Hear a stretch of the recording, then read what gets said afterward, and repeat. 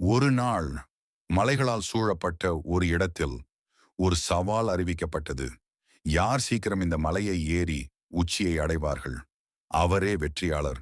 அந்த வார்த்தைகள் கேட்டவுடனே பலர் ஓடத் தொடங்கினார்கள். வேகம், அவசரம், முன்னேற வேண்டும் என்ற போட்டி மனநிலை. சிலர் வேகமாக முன்னேறினார்கள்.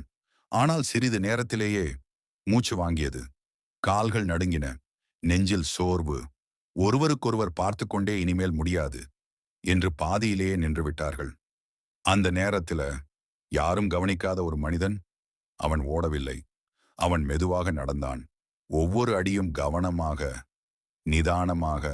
வியர்வை சொட்டியது, உடல் சோர்ந்தது, மனசு சத்தமிட்டது, நின்று விடலாம் என்று. ஆனால் அவன் நின்று விடவில்லை. அவன் சொன்னது ஒன்றே, ஒரு அடிதான், இன்னும் ஒரு அடி.